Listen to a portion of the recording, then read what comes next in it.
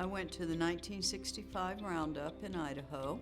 I remember how independent it felt. I was 15 when I came, just barely old enough to make the cut. It was up to us to be where we were supposed to be, appropriately dressed when we were supposed to be there. It's quite a heady sense of independence for a 15-year-old from small-town Florida.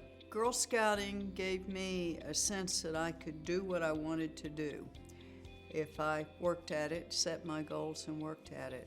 I started college early, went through it quite quickly, married, had 2 children, and then a few years later when my children were, one was in college and one was in high school, I went back to school again and got a PhD. And since then I've been a researcher with a pretty successful cancer research program.